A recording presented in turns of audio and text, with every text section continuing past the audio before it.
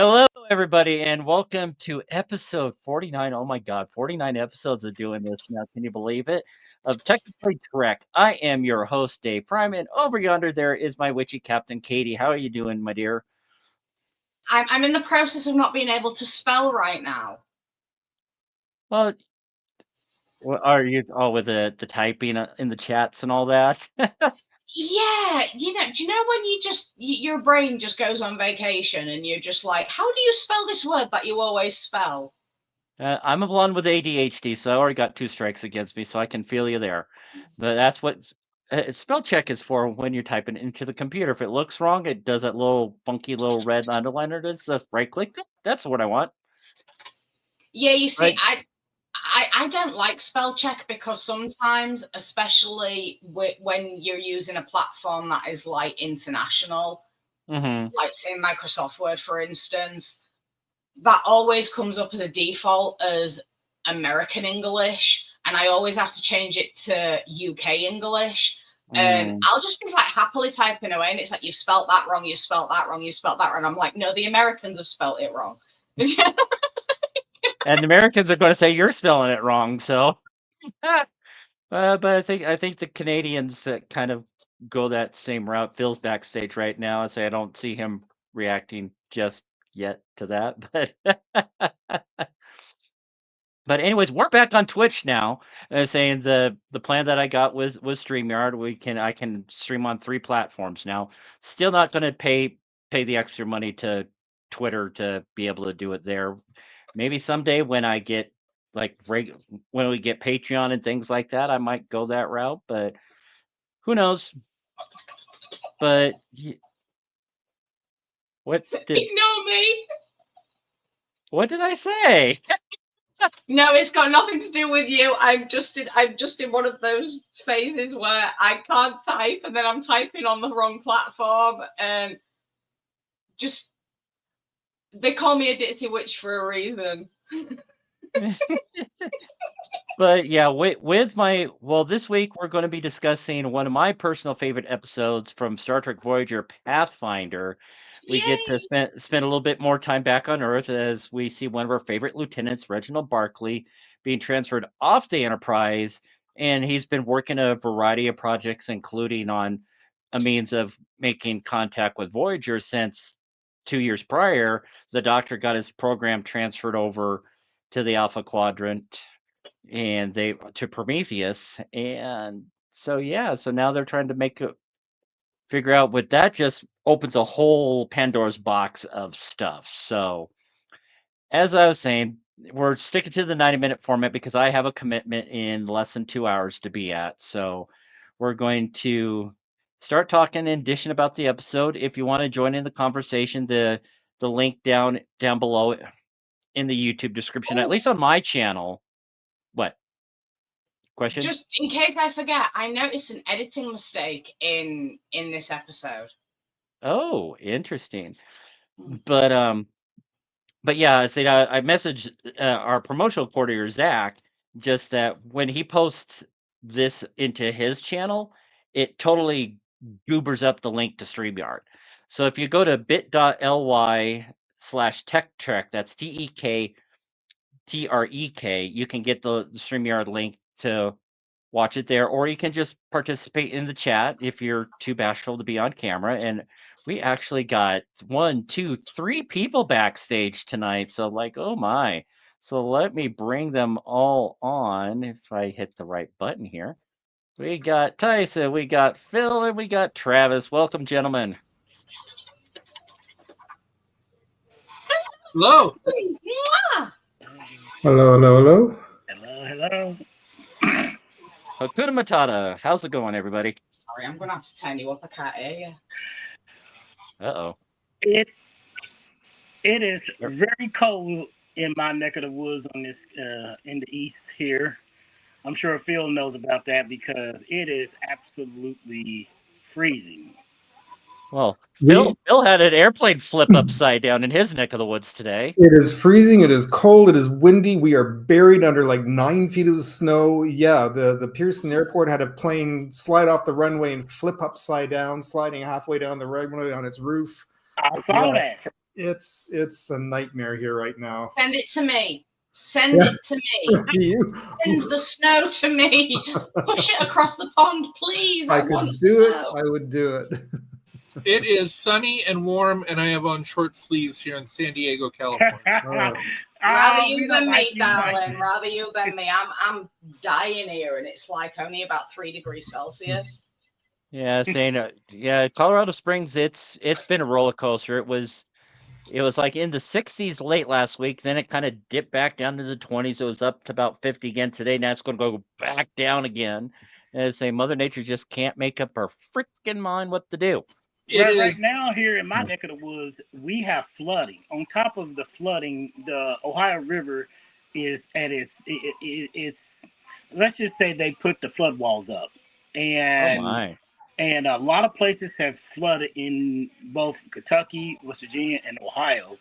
And let me tell you, because I drive the Ohio River up, like heading to work in the morning and coming back, you can actually see the river almost at eye level with you when you're driving and stuff and everything. It's something else and stuff. But let's get to the episode, guys. Yes.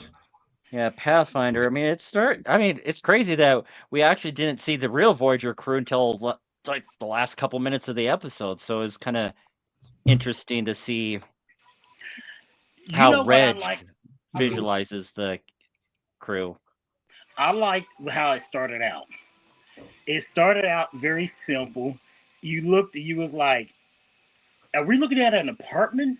And then all beholds to know, original Barclay pops up, and you just look at it, you were like, yes, this is you hear somebody knocking at the door, which is a little unusual to hear door knocking because we're used to hearing the door chime in Star Trek, the little, sound. And I was just like, okay. Then when that door popped open, when he opened the door, I was like, wow, we're getting 2 veterans from TNG. It's going to start out like that. Yeah. Yeah, I just got to say, just like Reg is as ditzy as ever. He sees Deanna and says like, hi. It's like, can I come in? Should I get the ice cream myself? I mean, he's just like, but like me, he is that she thought he was moving in. Yeah, he's been there for, that's me. I've been in here for 6 weeks now, and yeah, I still got a bunch of stuff in boxes and stuff because there's not really a lot of space to do things in here. So I got to try and figure that stuff out. And I'm going to be moving to the other side of the bedroom here in the next week or two, because the guy I've been bunking with has been promoted to house manager, so he gets the apartment across the hall all to himself. So I'm going to be getting another new roommate here in the next few weeks. But I'm going to take the side that has the bed by itself, because there's a chance there will be 3 people in this apartment. We don't know yet. Ooh. Now, how many bedrooms does your apartment have? Just the one. OMG. So that means you're going to have 2 other guys. Mm-hmm.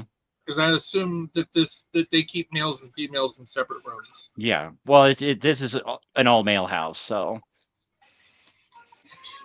Yeah, I could say something, but we're live. I'm going to keep my mouth shut. But fucking Dave, if you ever want to trade places for a night.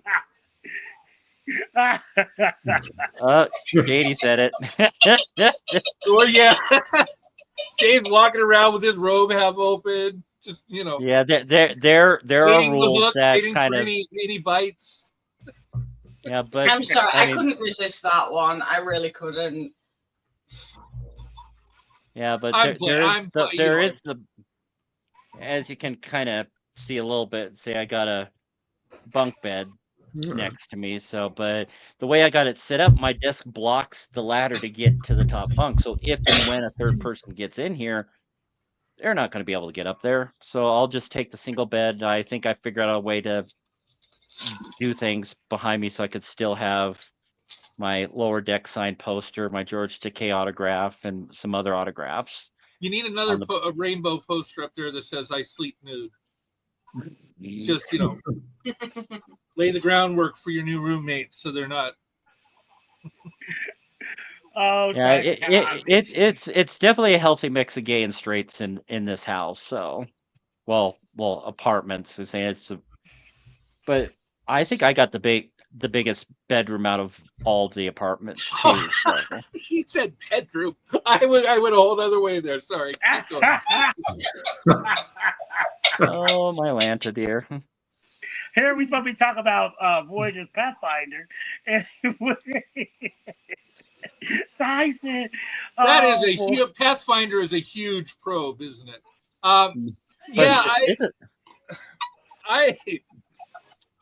One thing I love about the episode is his persistence. Like, he knows he's onto something. He knows he's right. He knows that he's this close to contacting Voyager, and it feels like everything is going against him. And he took a risk. If that risk didn't pay off, he could have been court-martialed. He could have been locked up. He could have been... But it did pay off, and the reward... I mean, now... the admirals are fawning over him, right? So, that's the thing about taking risks in life. And we learn in, I think it was the episode TNG Tapestry, where Jean-Luc Picard dies and there's Q, and he said, what would my life have been like if I didn't fight those Nausicaans? If he did, and that's where we learn to take risks. And this is what happens when you don't take risks. It can... But too, Tyson, he took a risk, and as soon as they caught him, he did it. The admiral came in and was like, "I think his plan has merit," because he looked like he said he was going to, approve of Reginald's plan, but Reg did not wait. He just did not wait for the admiral's approval. He took that risk. Yeah, he was impatient, but I mean, he knew he was right, and he stuck to his guns. And doing that whole thing too, it was it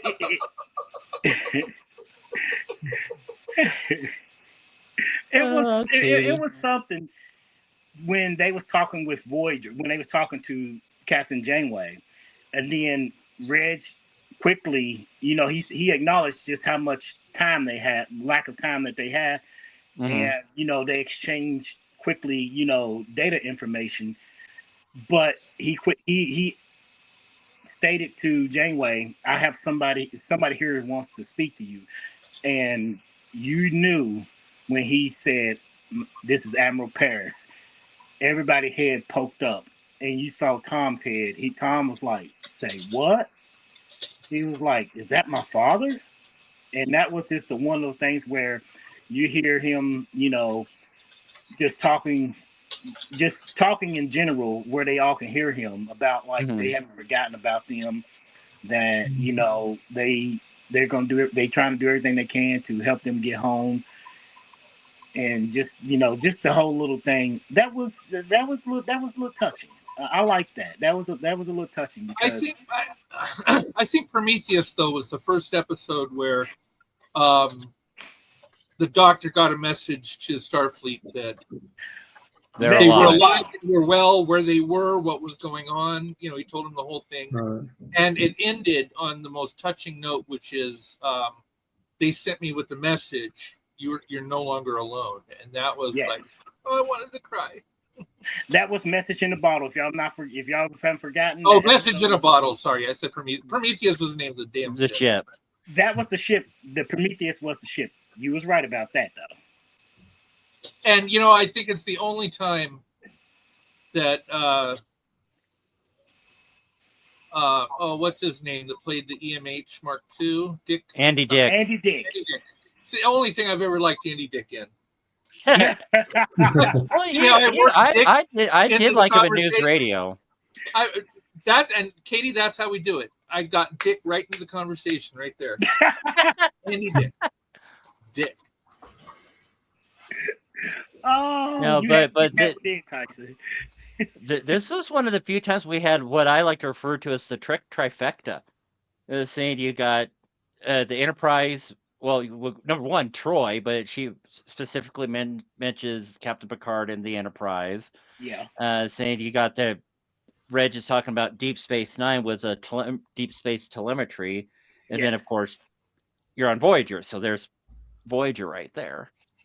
I like that. I like the continuity that they kept it in. You know, they name drop. You know, they name drop those little things and stuff, and you was like, that is I like that because Voyager at that time was the only Star Trek show on air. No, I think DS9 was in its final season at that point. Was it in 1999? Let me. I think Deep Space Nine ended in the spring of 1999. Yeah. And that one picked up at the end of 1999, if I'm not mistaken. Let's. No Jews in Star Trek. Huh? Wasn't Gene Roddenberry? It wasn't the Mel Brooks version. Zach is just in the chat for inappropriateness, and we adore him for it. Well, I said, yeah. Right, but I'm thinking, I thought Roddenberry was Jew. Anyway, I could be wrong. I have to go back and look at that. But yeah, there were a few Jews in Star Trek. Quite a few. Oh, you gotta keep it. No one gets the Mel Brooks reference. Oh well, I mean, I like what was it he did? Spaceballs, but that was more of a Star Wars. No, it was History of the World, and you did that little segment, Jews in Space. History of the World. Oh my God, I remember that. Oh yeah, history. My favorite part of History of the World was when Moses is walking down Mount Sinai with 3 tablets, and he drops one. Here are the 15 commandments, and one falls and shatters. 10 commandments. Yeah. That was the best. Yeah, and I think those other 5 commandments were: don't be a dick, don't be a dick, still don't be a dick. Let me ask this to the room. Do y'all remember how to say what Reginald described the relay communication? Do you remember how to say what he said it to Troy? The Mutara interdimensional something. Yeah, the Mutara interdimensional deep space transponder array, something like that. Yeah. That's a mouthful and stuff and everything else. That same because he said that they was the Vulcans was helping them, try to boost the signal and stuff and everything else. But if y'all notice too, I mean, I see little things that they reuse a lot of things in Star Trek. That same relay was used in Enterprise as, I believe Archer called it Yosemite Station. And when the Xindi reptilians destroyed it, he mentioned, I was like, that is the same array that they use in Voyager. And I was just like, oh, they just use that little. It was so funny. I'm like, now they could have actually went a little above and beyond to like made it not just so noticeable in a sense, because I'm like, yeah, that was in Voyager, and y'all use that in Enterprise, but y'all could have changed it a little bit, just a little bit. Yeah, I mean, it's not like the first time they've done anything like that. Generations. You know what always struck me as funny in Star Trek 2, the final battle occurs in the Mutara Nebula. And when the Genesis probe explodes, creates the Genesis planet, and obviously wipes out the nebula, right? The nebula no longer exists. Now there's a planet. Eventually the planet decays. But later in Star Trek Next Generation, they refer to certain nebulas as a Mutara class nebula. And that always interested me, because I figured by the time of TNG, the Mutara Nebula had long gone away. It wasn't a nebula anymore. It was a broken rocky, world that probably had rocks scattered, but the Mutara class nebula, referring to the Mutara nebula as the class type. Class type was long gone. It's weird. I could have throw something out there. Nebulas are unbelievably massive, and my guess was it only took out maybe one portion of it. So maybe part of it still exists over here. It might not have entirely been wiped out. Yeah, the columns of creation are light years. I mean, they look like they fit into a nice little picture, and you might think that they're, a few 100,000 miles, but they're not. They're millions of light years. Light years across, yeah. Right. So that makes sense too. Yeah. Columns of creation, right? Did I get that right? Those two big, beautiful. Yeah, I think so. Yeah, I think that's what they were called. Did y'all notice too in this episode how Reginald he asked Troy to come, to his place, but it wasn't just for a social visit. She could actually see that something was troubling him, and he reverted back to his addiction, and it was something. Everybody thought he was relapsing. And he you notice too in his holo program, he got everybody right except for their clothing. They, it's like, you don't know that they are. Everybody most likely is wearing Starfleet uniforms, but even though they're Maquis, they're wearing Starfleet uniform. They have integrated into the crew and stuff and everything. I thought that was a little cute thing. And also too, what cracked me up is in the beginning when Deanna showed up at his apartment and he offered her some ice cream chocolate.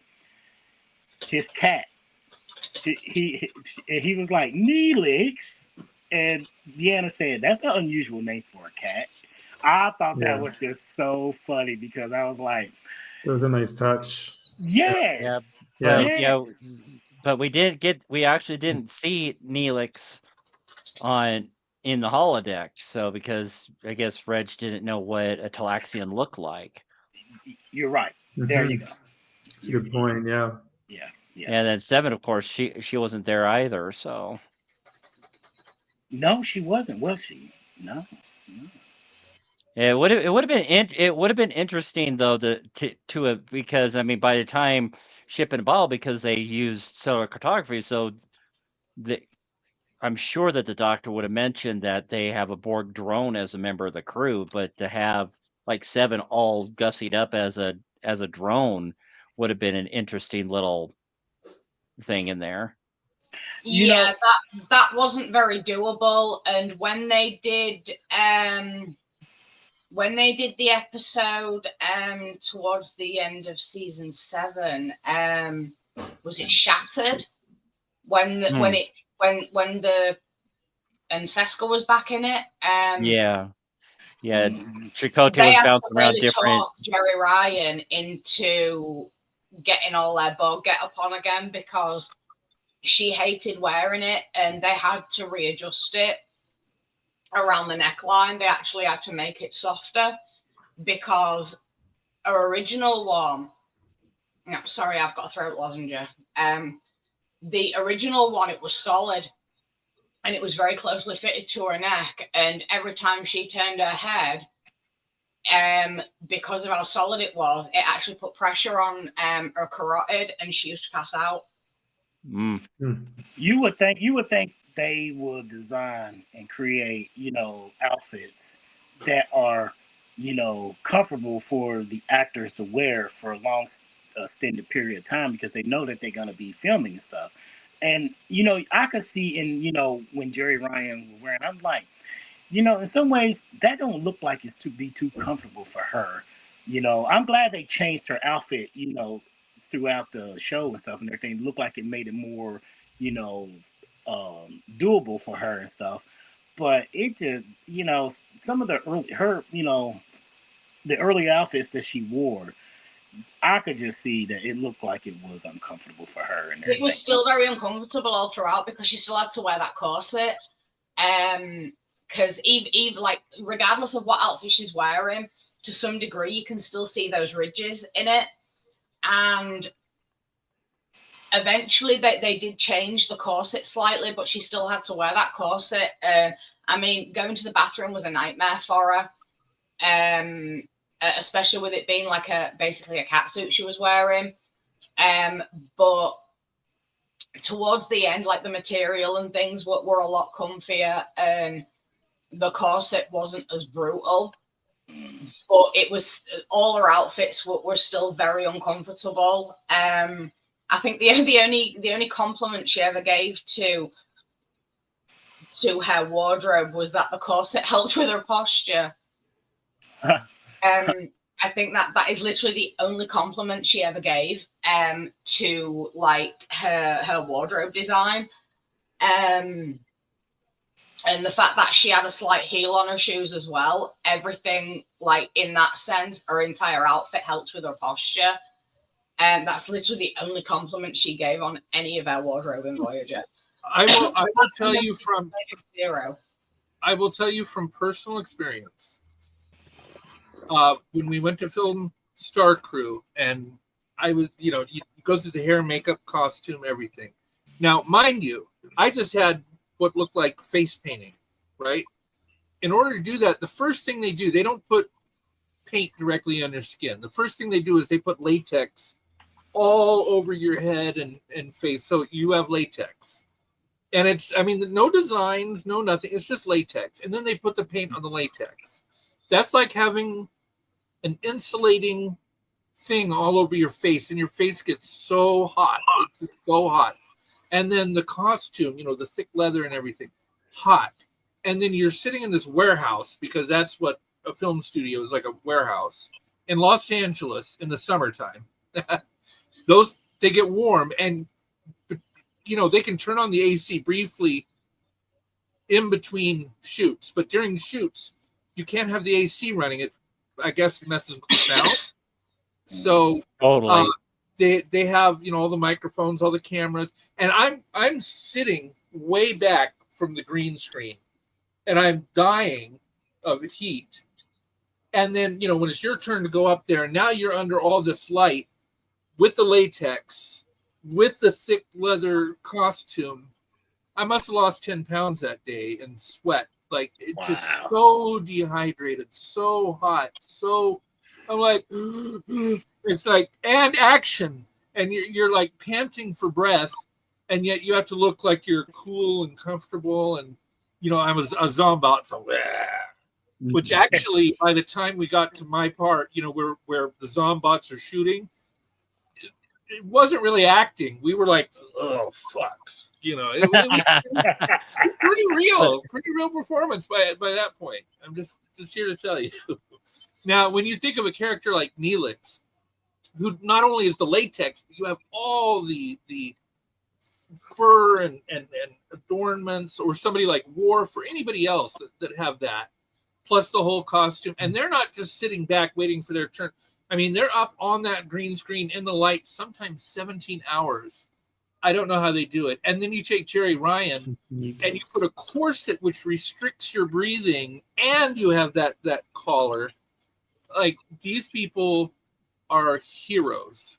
You don't know. And that's the one thing I took away from the studio that weekend I went up, was to think, if this is what actors do day in and day out, God bless them, because I don't know that I could, do the physical work that's involved. It's unbelievable.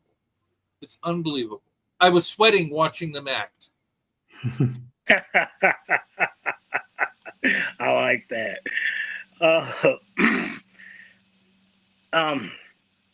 Getting back to the Jeff episode. in the comments, we love Jeff. He's just we adore Jeff in more ways than I can say. Yes. I mean, I love him to pieces, as much as we disagree sometimes, but I still love him.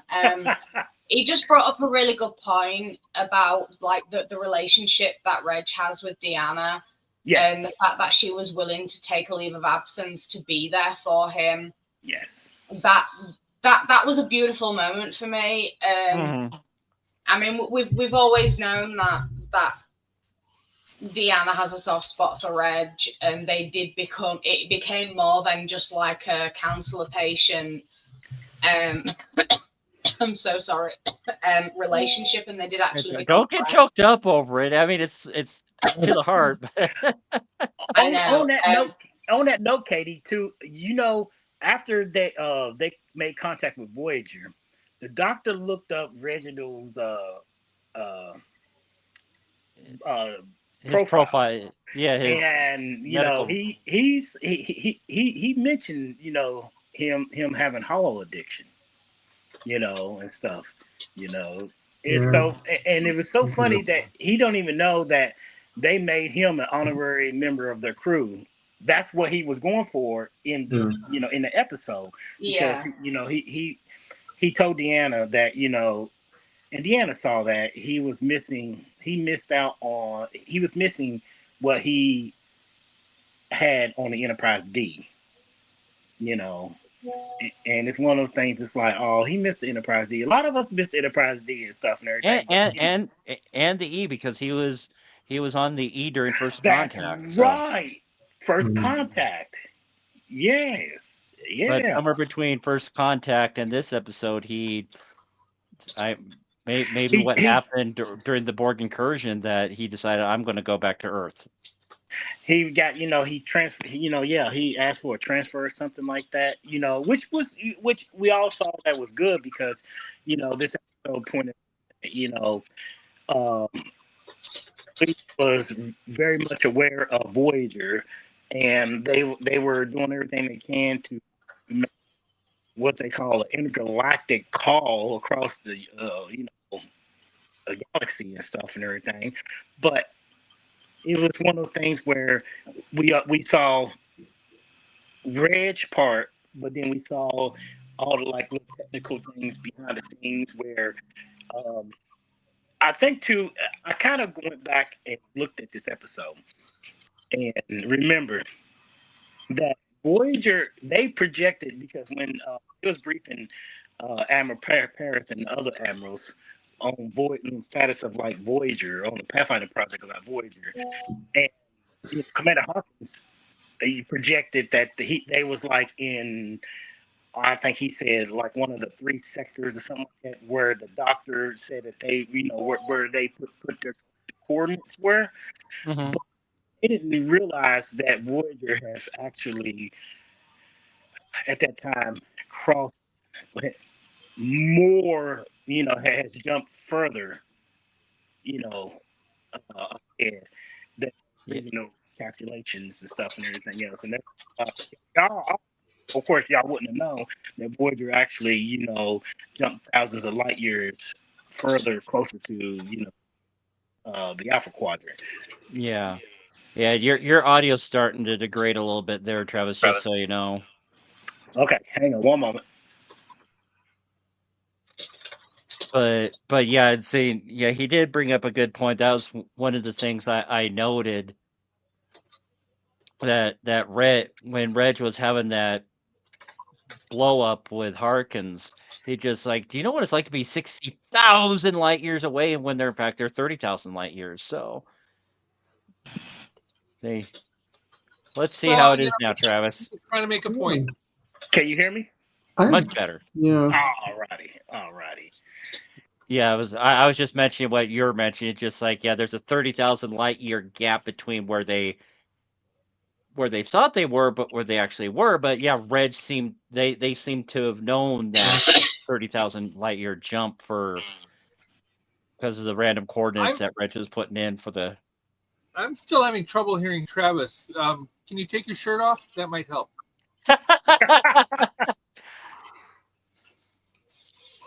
I was gonna ask Phil what he thought about this episode, but Jason. I blame him. Sidetracked. I like to hear your intake, Phil. Can I just interject here? That's what I'm talking about. Oh no, go ahead. I was going to go ahead. Can you two get a room that isn't this one? Maybe we'll go bump music on and. Maybe we'll go bump Dave over there. Don't start stripping off, because if I have to do it, we'll lose viewers. But yeah, what was that, like the big hiccup you were talking about earlier at the top of the hour, Katie, about the episode about that light year gap? No, actually, no. The editing mistake that I was on about was the photo in Tom. Admiral Harris's office. Yeah. When you first saw it, it was mirrored because his comm badge was on this side, but then when he looked at it again, it was the right way around. Yep. And of course, it was Locarno, not Ooh, Tom. So well, yeah, that was a still from when he was in the first duty. Yeah, when he was in TNG as Mhm. Locarno, but yeah, it was. Yeah, 1 minute it was mirrored, and then the next minute it was the right way around.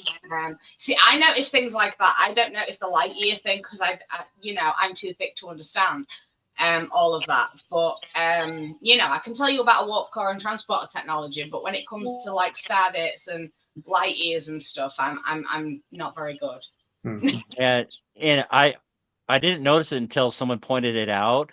The map of the galaxy in the we lost Tyson. He said that his internet is dying. He sent me a text message. He said his internet is dying. No, but there's like way too many. See, is your internet better now, Tyson? Yeah, he didn't take a shirt off, so my internet died. I don't know. But there are way too many arms in the map of the galaxy at Starfleet Command. There's like way too many arms. Oh, yeah, picked up on that. I didn't even think about that at the time. Really quick, if I could, and I'm being serious now. Dave, can you tell us about your shirt? It looks kind of spacey. I like it. It's the one I've been wearing constantly. It's the Enterprise E shirt that I got at Goodwill a while back. You found that at Goodwill? Yeah, for $4. Really? Oh my God! Yeah, that's beautiful. Yeah. And it's even got a runabout, and it's got the on the back too. So yes, I also want to steal that shirt from him. This is my podcast T-shirt, or my podcast shirt. Yeah, it's definitely not one that I got to be special at washing, so I'm afraid to throw it in the wash. So I just wear it for the show and then hang it up afterwards. Hand wash it in the sink and then just hang it out to dry. Yeah, that's what I'm going to do eventually. Yeah. That's beautiful. I love it. I just thought I do too. Glad everybody got a chance to see that.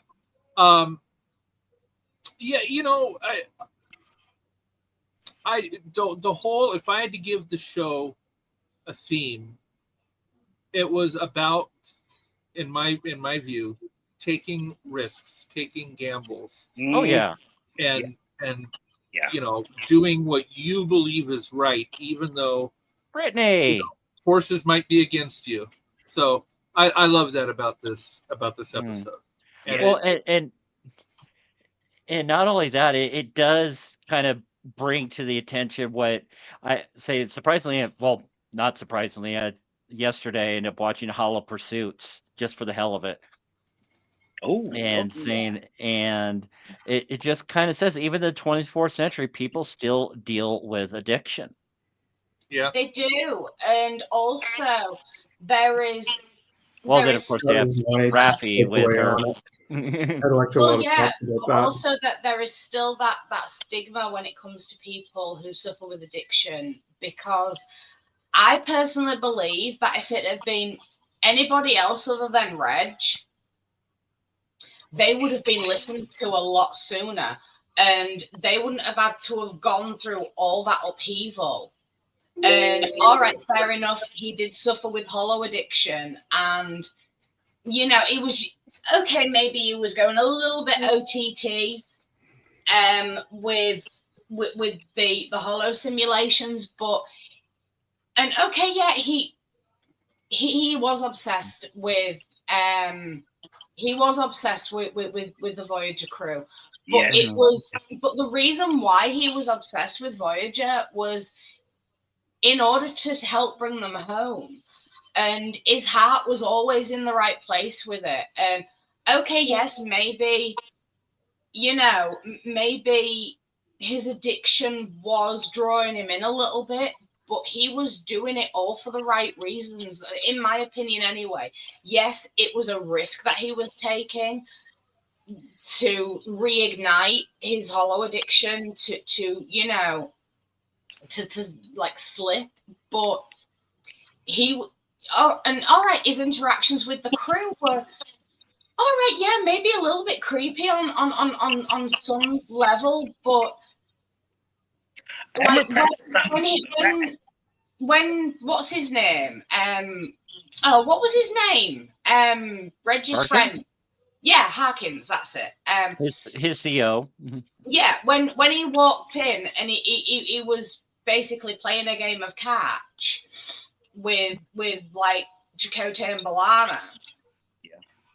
You know, they were working on a problem, you know, and he was using them to get into the zone for finding Voyager. Yeah, like I say, it was a little bit creepy, but it was done in such a lovely way. And he did lose himself a little bit within it, but it didn't actually hinder it. Well, it kind of hindered his work a little bit, but it wasn't...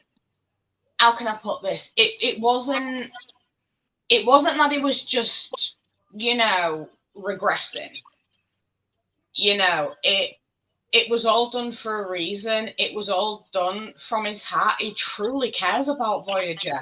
He truly cares about bringing them home. And, you know, he was willing to lose his mind. He was willing to lose everything to bring Voyager home. And that is commitment. And all right, yeah, he may have seen it as obsession, and in a way it was, but it was also a commitment. And he was willing to risk his sanity, his career, even possibly his life, in order to help bring these people home. And for me, that is one of the bravest things a person can do, to risk everything to basically help strangers. Mm-hmm. And it shows, I mean, Barclay, for me, he embodies quite a raw piece of humanity. He is the goodness within humanity that I love, but that it's very scarce that we see it now. But and you know, kind of a childish curiosity and kind of almost a childish innocence about him too, right? Yes, he does. And you know, in a way, in that sense, it kind of reminds me of Data, because Data has a very childlike curiosity about the world, about everything, and that kind of like childlike naivete. And Barclay has it as well, just in a very different sense. And you know, it's lovely to see. And it's also lovely to see someone care so deeply. And I love this episode. I really do. It is so heartwarming. And in the end, you know, he just says, screw this for a game of cards.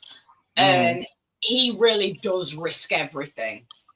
Now, the actor is Dwight Schultz. Is that? Yes. Dwight Schultz. Howlin' Mad Murdoch. Yeah, well, A-Team. I always think of the A-Team. You know, one of the different episode, but the one where the probe zaps him and he gets real smart. The Nth Degree. The Nth Degree, yeah. There's the part where he's playing Cyrano de Bergerac. Cyrano Sommelier Hercule de Bergerac. And, you know, we see at the beginning, he's clumsy and you know, smushes the lines and then at the end, I mean, Dwight is an amazing actor, by the way. Just like Shakespearean actor. And when he went back and he redid that, you know, after the probe, just gorgeous performance from him. Well, and it's weird if you've ever seen the cartoon Chowder, with the little it's all about food, and he's this little cartoon creature, and you've got Chowder, you've got Mung Dol, you've got Truffles, you have Gazpacho, and all the different characters named after foods. Mung Dol, which is one of the stars, that's Chowder's dad, if you will, is played by Dwight Schultz. And you go back and you're like, I can't believe that's him. But you look at the credits and you can see behind the scenes, where he's voicing the character of Mung Dol. It's just, it's wonderful. It's just a side of Dwight that, you don't always get to see. But if you get to watch the cartoon show Chowder, it's amazing. Yes. Well, Beverly Crusher was really smitten by that because, she was just taken back in the episode. Like, she was just in awe, she would look like she was just ready to almost just. I'm going to jump this guy. But you know what? I want to hear from Phil. Phil, I like to hear your intake about this particular episode. Because we've been all yapping away. You've just been kind of like. I know. Sorry. No, I am listening. No, I did actually have a lot of thoughts about this one, and now I'm listening to everybody else, and I'm sort of like, my mind's all kind of jumbling through all this because I had a certain takeaway at the time, and now I'm kind of almost rethinking some of it. But so because when I watched it, I mean, from the very start, it's kind of unsettling. Like we know what Barclay's like, and he can be very awkward, and so there is a sort of awkwardness through the entire thing. And I thought there was something you might mention that even in in the future that there's still addiction, and so I felt like there was definitely an underlying theme to do with addiction, because when you and Dave, you can also attest to this too. You know what it can do to you. I remember about 12 years ago, I made a good friend at a building that I was living in, and he was also an alcoholic. And it was the first time I saw how that can overtake your life, that it can overtake the point that he was selling everything he owned just to get one more can of beer. Like, it was just that obsessive to him. Ooh. And so I had this in the back of my mind when I was watching this episode, that how far he was willing to take things. And so it left me questioning a little bit. How much is an addiction? How much is it that he really, really, really wants to help this crew? And because there seems to be sort of a bit of both in there, that he wants to help, but he also talked about the fact that he became addicted to them as this alternative family. These people he met, that he was bent on, obsessed with the friendship with these people he'd never met. He has this imaginary interaction with them where he's kind of held in quite high regard, where maybe he internally doesn't feel like that, but here he can kind of experience this alternate personality. And so when you start thinking about his addiction to holodecks and whatnot, this all kind of comes out in this episode, to the point that it just he becomes so obsessive by the end of it that like you were saying, he almost kind of threw everything away at the very end for this. And so I kind of was going, how much is this just his own internal addiction to this crew, and what it is he's obsessed with about them, or wanting to find. Obviously, of course, if they come home, he could never do that. But he would he would get to meet the original crew. So there's that aspect of it. So he's not like trying to keep them away. He definitely wants to find them and bring them back home. But it was definitely this. His intention had a benign nature to it, but in some ways, it's still, like Katie said about. It can be a creepy. Like even Amber Paris mentioned about him sharing holodeck time with his son, and even Commander Harkins even was kind of like but going with the addiction thing, it's like Barclay thought it was perfectly normal, but as people, outside individuals, say, you got a problem, which right at me, like Katie, for months she is always expressing concern over my drink, and I'm just, no, I'm fine. but then if you know, you know. Say walking around my Yeah, but then I got a little bit more brutal, unfortunately, but I was still nice with it. Well, I don't, you bring up a good point, Phil, where, how much of that, and I think I'm going to use Travis's vernacular here, how much of that was benign and how much of that was lingering malignancy, from the previous, holo-addiction. Yeah. There's a little bit of a balance there. It's not perfectly benign. Yeah. I agree. And when we watch the final episode in game, you see that he is an adopted member of the family, and they refer to him as that, adopted member of the family, which I think harkens back to this episode where, he was able to communicate with them. And that's, so it's good to see that relationship when they got home and in the years that they spent home before Janeway went and changed history, he was a member of that crew, an adopted member of that crew. I really liked everybody's, intake in this. This is actually this has been a very, well thought out and, discussion about this, because this is one of my, but this is one of my, top 10 of Voyager's episodes and stuff and everything else, because, it dealt with everything that we talked about, like, with what's going on and stuff, but yet it bought into, familiar faces that we are accustomed with, that we was accustomed to, that we did not even think nothing about. And it's like, how can these people have anything tie into Voyager? But yet they was able to, little, way of like, showing the, way of it being tied into how, it fits in the Voyager storyline and stuff. And I really enjoyed this episode and stuff and everything. It really set, a type of thing when it comes to Barclay. It made him, at the end of the episode, you saw him in Deanna. I guess it was the champagne. They was toasting champagne. And, he was like, he was proud of himself and everything. But one thing too that kind of bothered me in the sense that, okay, he risked everything. He broke rules. He broke into Pathfinder in the lab, and he misused, everything. In a sense, in a command structure, just how, okay, let me go back. When Star Trek 3, when Admiral Kirk and the others stole the Enterprise, and we all saw what happened through Star Trek 3.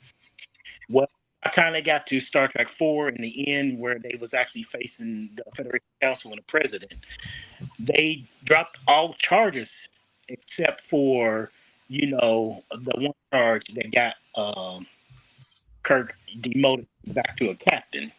Disobedience of of a officer or a senior officer, and like a command instruction, stuff like that. To me, they did not. He should have been. What's that word, Tyson, that they would say in the military for disobedience? Insubordination? No. Well, there's being demerited. There's a lot of he should have been sanctioned, or he should have been reprimanded, something like that. Well, no. Now here's what happened, and if you remember in Star Trek 2, get your command back. Get it back before you do really grow old, before you become a part of this collection, right? Yeah. And we saw in Star Trek the motion picture, he was trying to get his ship back. In Star Trek 2, Dr. McCoy said, get your command back. I feel like by Star Trek 4, that him being demoted and as a consequence of his demotion being put in command of a starship was more of a reward. It was a backhanded reward. It was meant to look like I'm punishing you, but in fact, this is really where you wanted to be and what you wanted to do. So I don't know. I felt like he was rewarded in a way. You're demoted. to captain, and as a consequence of your new rank, to captain a starship for which you shown unswerving ability. I think there's the consequences of he did everything that he wanted. Still in a structure, in a command structure. Admiral Paris there should have been some sort of consequences of his act, even though it all proven to be right. He disobeyed his superior officers, and it's like y'all kind of. That's the only little nitpick that I have about that. But they have to weigh that against if he hadn't done it. Captain Krug in Star Trek 3 would have captured the Genesis scientists. Nobody would have been there to stop him. The Grissom was destroyed. Had he not stole the Enterprise, Spock would still be dead.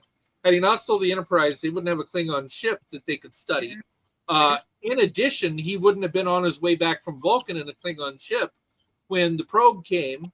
As a consequence of that, he was able to go back in time, bring whales, save the planet. So he saved the planet. He saved the Genesis. He has an enemy ship that they can study. On and on and on. It's like, how do you, if he'd have obeyed orders, the planet would be dead. The probe would have killed everything. The Klingons would have had the Genesis device. It's like, you got to weigh everything in balance. And, how do you punish him? He broke the rules, but because he broke the rules, everybody was saved. So, we got to punish you, but how do you make the punishment fit the crime? Being demoted is technically a punishment, but in reality, it was a reward because that's what he wanted to do. That's a good way of putting it, yeah. Mm-hmm.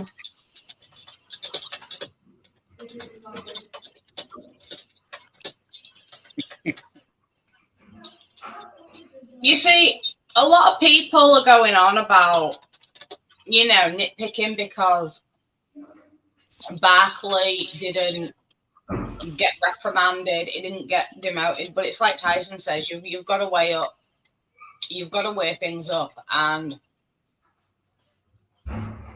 there have been so many times in Trek, even in real life, where people have gone against orders for the greater good. And, it's what Barclay did. Yeah, fair enough. Yeah, he broke the rules. He disobeyed orders. But he did it for a damn good reason. And in all honesty, if certain people weren't holding his addiction against him, that wouldn't have happened. It wouldn't have come to that. And this is what I meant earlier by like the stigma of addiction. And all right, fair enough. Maybe he was wavering, maybe he was relapsing, but they didn't give him the time of day because all they saw was his addiction. They didn't see his work, and Admiral Paris, he put Reggie's addiction to one side and he looked at his work. He was the only one that did. Even Deanna didn't. Possibly for good reason, but even still, they never looked at his actual work because all they saw was that he was relapsing, he was going off the deep end. But Admiral Paris took the time, looked at his work, possibly for selfish reasons because his son's on there, but regardless, he went running through at it was probably daft o'clock in the morning at this point as well. I mean, we don't even know the time, but we do know that Reg couldn't sleep, so it could have been in the middle of the night. And he took the time to actually look at Reg's work and push aside all the weirdness, all the creep factor, and his addiction, and he went in and this has merit, it was practically waving it in the air. And it did work, even though initially they didn't think it did. Yeah. But it worked. And that one person had faith in him as an engineer, as an officer, and as an intelligent person, someone who'd been working on this project for a while, not looking at him because he'd been going off the deep end, because he's got this addiction. And sometimes all it takes is that one person, that one individual, to see the person behind the addiction for things to get... be believed in, right? Somebody to believe in you. As I love this episode. It also upsets me a lot as well because of the stigma around addiction. And I think this is one of the reasons why they did it and why it was read, because it is very difficult, and those who suffer with any form of addiction, regardless of what it is, it does upturn their lives. It can destroy their lives. And Reg got past that.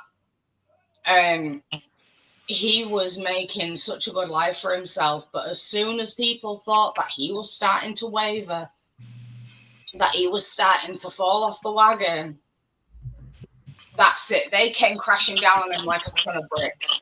All his work went out the window. They didn't give him the time of day, because all they saw was this bubble, and I could cry for Reg because of that. I mean, it did all work out okay in the end, and I think that's one of the reasons why he didn't get reprimanded, because even what's his face who arrested him is Seer.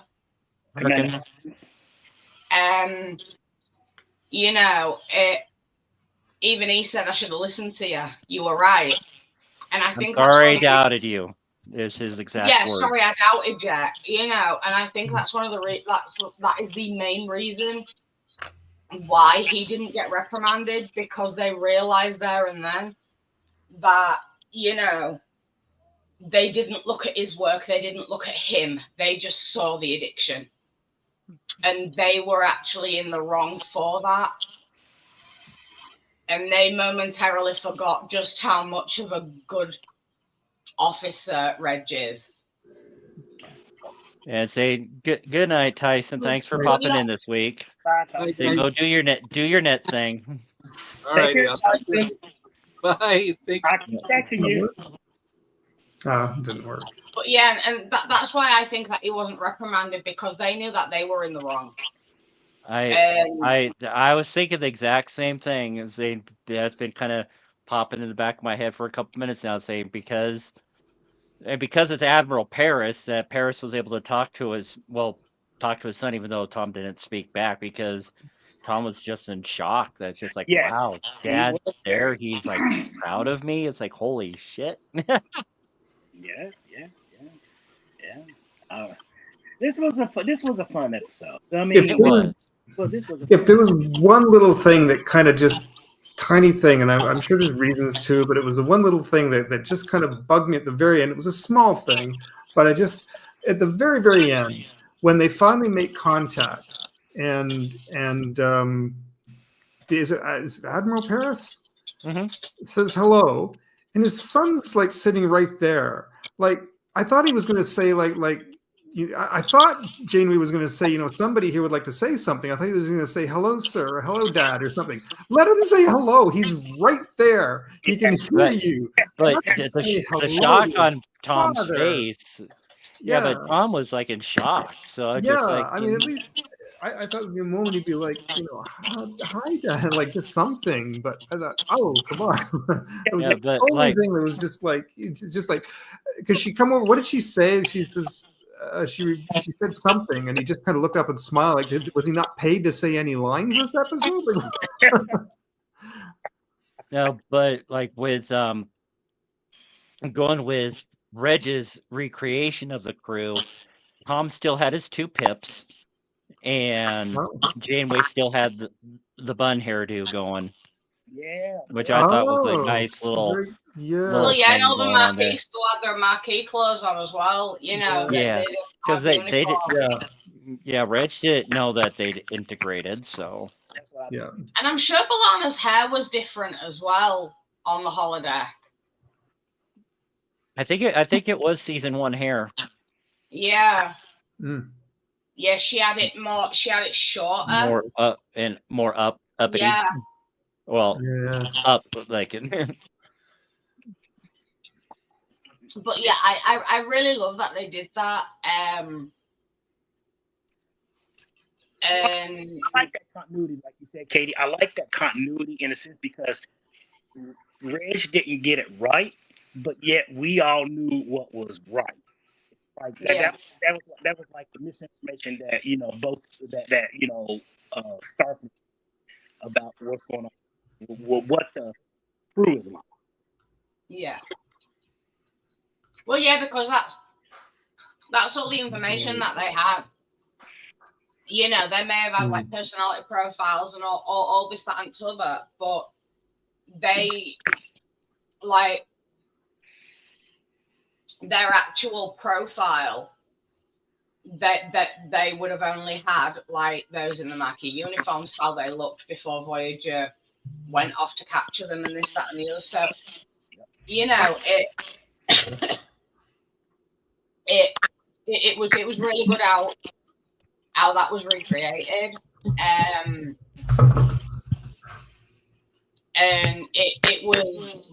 it was a bit weird seeing like Cote and Balana in their Maquis uniforms again. Mm-hmm. But it was like a nice throwback as well. And it was kind of like getting back to Voyager's roots in order to, communicate with them now. I'm not explaining myself very well. But you know what I'm like at explaining things. But yeah, I really did like that those little touches. And I mean, I'm sorry, but one thing that always makes me cringe in this episode is when they're playing catch in engineering. When Reggie's working with Chakotay and Balana on the problem, and that always makes me cringe because I'm just like, I could just imagine myself doing exactly the same in engineering and probably like hitting the warp core or something, causing a core breach. Because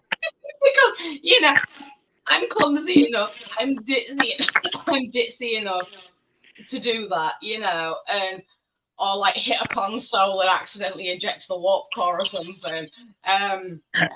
Yeah, Shax would be upset if you did that. Well, yeah, but that'd be me. That you see, this is why I always say I don't know what job I'd have on a starship, but whatever job I would have, I would cause chaos. Do you guys remember? There was an episode in TNG. LaForge was on his way to Risa in a shuttle pod. It wasn't a shuttlecraft; it was a shuttle pod. And Enterprise was en route to a Klingon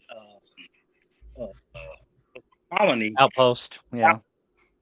And he got abducted. He got captured by the Romulans and stuff.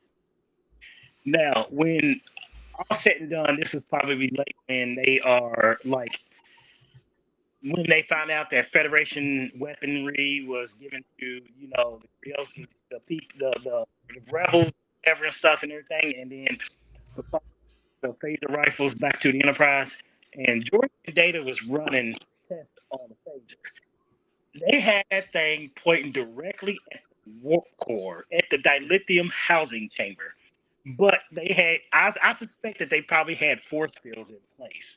But as you were saying, Katie, about like hitting the warp core like with a ball or something, that just makes me think back to why point a laser rifle directly at the warp core. There's a meme out there about it. Where y'all can do this, y'all got to do this in engineering. It's like, I mean, this is the heart of the ship and stuff. So I would just, you go throw back to TNG episode, you know, where laser at the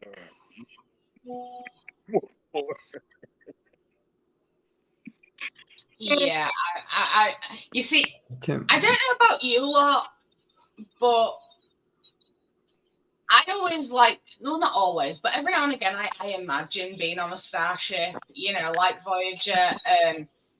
I try to imagine like my place on the ship. And to this day, I still haven't come up with anything like what job I could do on the ship. You know, I mean, I would just cause chaos wherever I go. I mean, even though I'm a good cook, I couldn't work in the kitchen because I'd probably burn the ship down.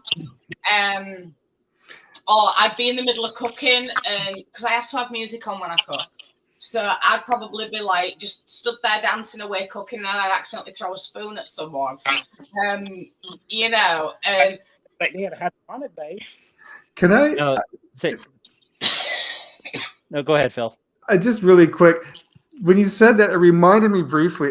Years and years and years ago, I got to see John Delancey live at a Toronto Trek, and he was talking about how sometimes he would improvise a bit, and they didn't like that on TNG. You had to stick to script.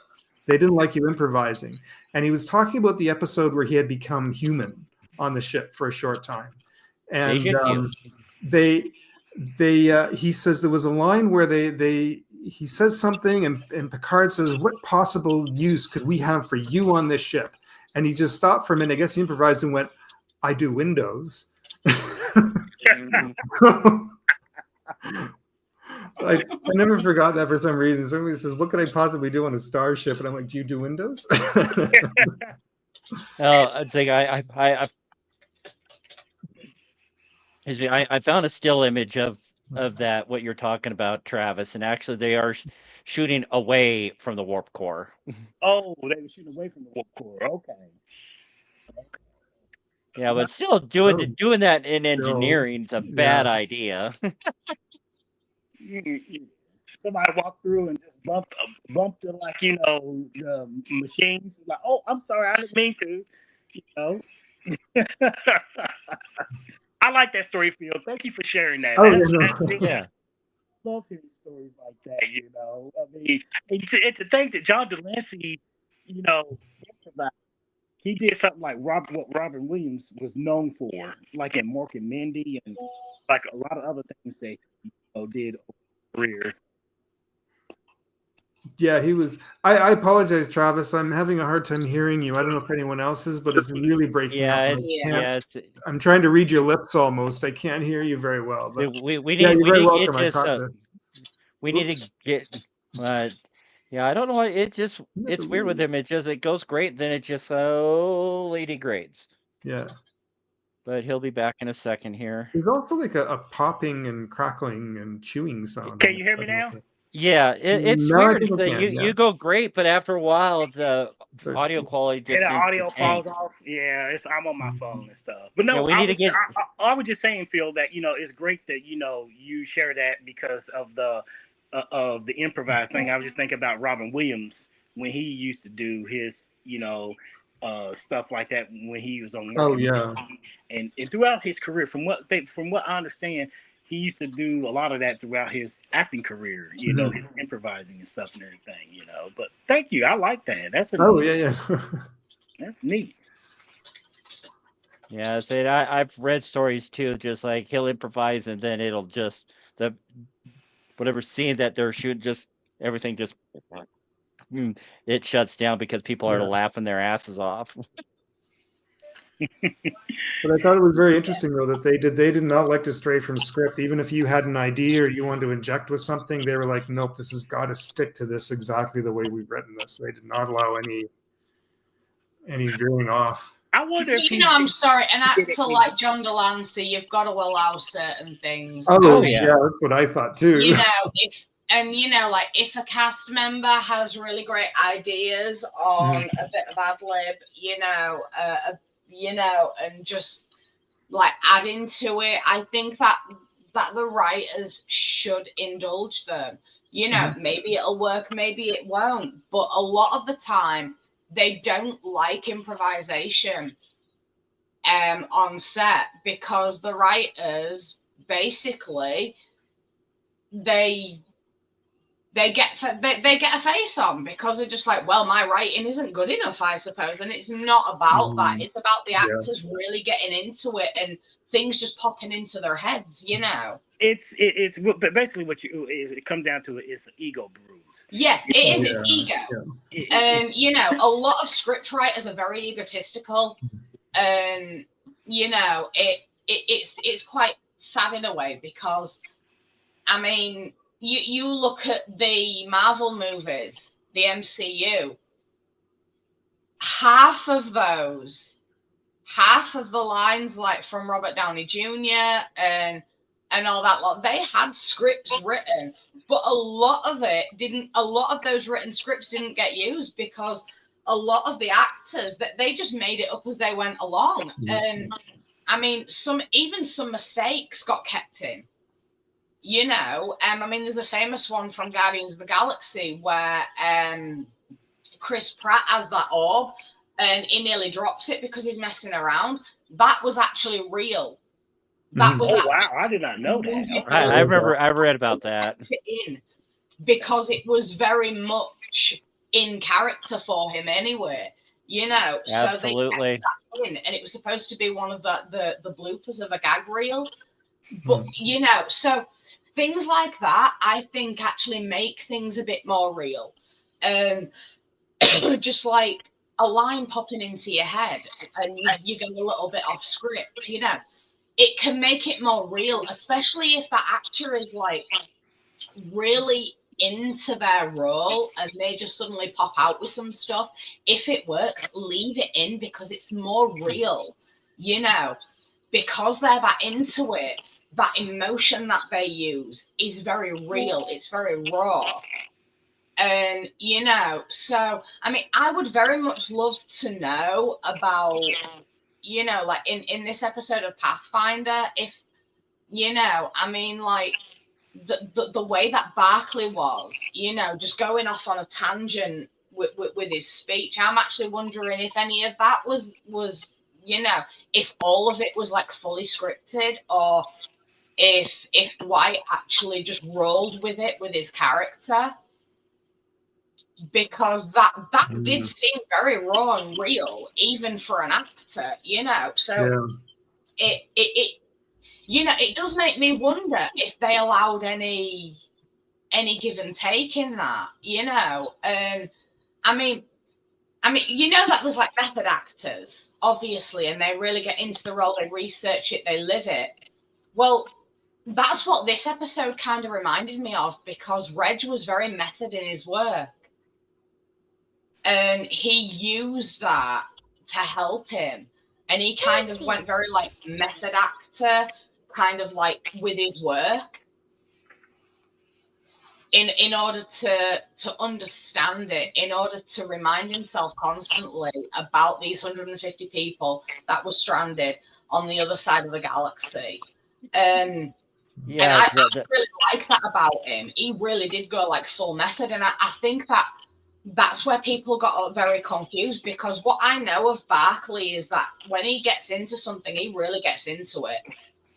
And unfortunately, this time it involved the holodeck, which people took the wrong way. But he's always been very method in his work, and he's always delved to the depths of things with his work.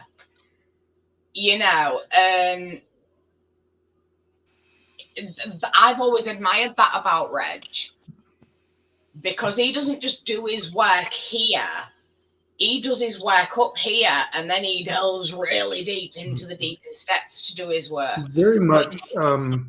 He's very much a science nerd. He's never met people like that who are so obsessed because they have to get it right, and it's not even the fact of getting paid for it. It's a job. It's just like up here. It's got to be right, and I have to make this work. It's an obsession on But also, Reg is very self-conscious. He has self-worth side of issues, that. self-esteem issues when it comes to his work. He doesn't believe he's good enough.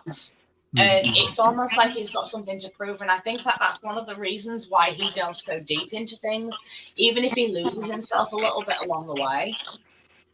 I mean, in all honesty, like personally, I can kind of understand that. Because, you know, if I'm doing research, I can go right into the deepest depths, you know, and I can like lose myself in it. And I've got to be really careful now. And I've actually stopped myself.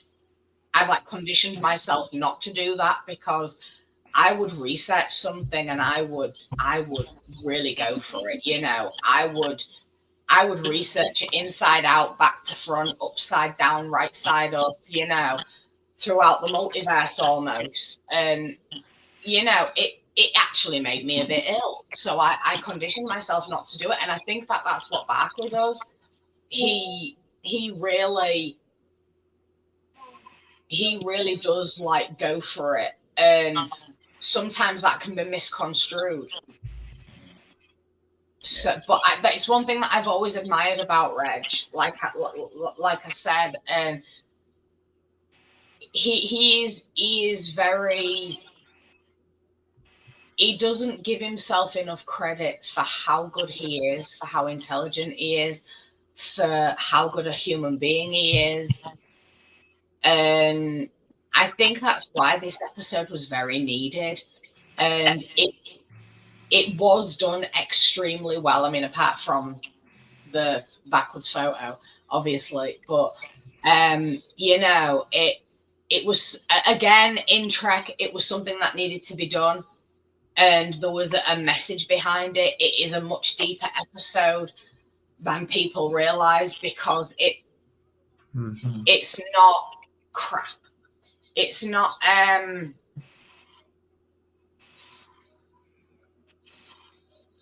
it's not just an episode about wanting to bring Voyager home, wanting to make contact with them. It goes so much deeper than that. And there's a lot of messages in this. And if people watch it properly, they will see those messages. And I just hope that everybody sees all the messages from this episode, because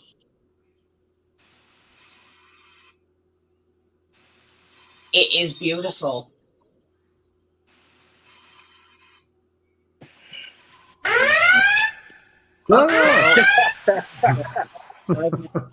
Right, is this a warp core breach or is it the 5-minute call? I'm not sure.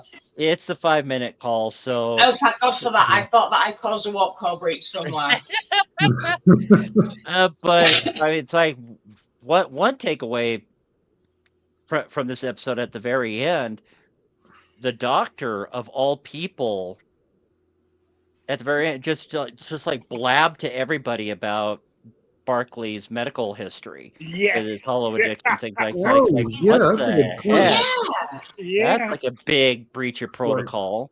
Yeah. It's like, let me just tell everybody on, you know, in the room, you know, that I learned about, you know, this, you know, new person that, you know, just made contact with us. Yeah, and I think. Honestly, I don't think there's many people in Starfleet who don't know about Reg's holo-addiction. Well, the crew of Voyager probably didn't, but let alone his protomorph, that spider virus that he got, the protomorphosis or something like that. Oh yeah, he had a disease named after him. So it's like, wow, Doc, really? Oh yeah, wasn't that the episode where they all devolved? Yes. Yeah. That episode still creeps me out. It's like one of the few episodes that creep me out. That was a weird episode. And you know what? But I actually love that episode. All of these episodes that people are like, oh, that really creeps me out. That's really creepy. And you know, like that episode, I can't remember what it's called, but there was that really big scene with Beverly. This was TNG, and all the dead bodies started rising from in the Night morgue. Terrors. Night Yeah, terrors. night terrors. You know, tons of people are like, "Oh my god, I was really freaked out after watching that episode." Dude, I actually watched that episode for the first time at like about 2:30 in the morning with all the lights off. And I was just sat there, like, eating snacks. And I'm just like, this is a really good episode. I want to watch it again. It's creepy, but I love watching it at the same time. It's like, yes, it is creepy, but like, yeah, let's keep this going. I'm not like, no, I can't look. It's like, no, I'm like totally into this. That's how I was back in the 90s when I watched Unsolved Mysteries and The X-Files. I used to kind of watch it with like the lights off. I'm like, oh no, I should turn some lights on because, you know. Oh, if we had more time, I got a story about an X-File episode, but I'd say, Katie, I think you're pretty succinct with your final thoughts. So, Travis, what are some final thoughts for this episode? I don't have. I mean, the only thing that my final thoughts about this episode is it took away. Katie, nailed a lot of things about, but it gave us a more unique perspective of characters that we have already known and knew about before and stuff. And it gave us a side of, Star Trek, about addiction, about like we talked about, like, humans, no matter how far in the future we're going to go far and stuff and everything, human beings will have some type of, addiction, whether it be narcotics or holo-addiction or something about, like, I don't know, eating too much macaroni and cheese. It really, it really brought to light to a lot of things and stuff, and it was a fun episode. It was a fun episode, and it really showed a lot of things that we did not know about. Hey, Phil, take us home. Wow, I think it's funny. I think kind of Travis really actually kind of wrapped that up. It was definitely about the same thing I was about to say. Was it's very much. I mean, if you think about Roddenberry's vision too, I mean, it was definitely this view of the future, but things that we deal with today it was a way of reflecting on it, and definitely is something like addiction is something that, yeah, as human beings will probably carry. We might find new ways of dealing with it, of course, in the future, but. Yeah, I thought it handled it really well in kind of a unique sort of way, but it was it was a good episode. Say, well, that's it for next week, everybody. But next week we are going to be going to one of Katie's favorite episodes, episode 50 of Technically Trek. Say, Trip gets giggity with an alien and gets pregnant. Phil, real quick. You guys, you have friends down here in the U.S. We do love you, our Canadian neighbors, our neighbors, our brothers, our sisters. We do love you guys. I'm not getting too politicky and everything, but like, I know that you guys are our friend. Just remember, you guys are. We love you guys. I have a lot of very, very good and very close friends in the U.S. I know I try to separate the political situation with these people who are my friends, and I do certainly really appreciate that. So yeah. And Sanson, our thoughts are those on that Delta Airlines flight in Toronto. I've heard there's like 17 injuries, 0 fatalities. Thank goodness for that. Thank the prophets. And I got a. What's that, Travis? I said absolutely. Thank the prophets. Yeah, and I got a notification just a little bit ago that there was a shooting on a metro bus in Seattle where 2 people are injured and they're looking for 3 suspects. So it's like, they're in the hospital, so I don't know their condition, but like thoughts are those that are injured both physically and mentally, because I'm sure just with all the stuff going on right now, that's love everybody, people. Don't listen to the crap coming out of DC and right now. Just love thy neighbor, love each other, treat others as you want to be treated, and it can be a better place. And don't be a dick. Don't be. Exactly. That's a better way to just don't be a dick. Yeah. I think I'm gonna keep that thought to myself. You guys, I love you. I'm getting ready to head out. Take care. You too. See All right. you all next week, people. Yeah. Good night. Does that still work? It's not. Oh, there we go.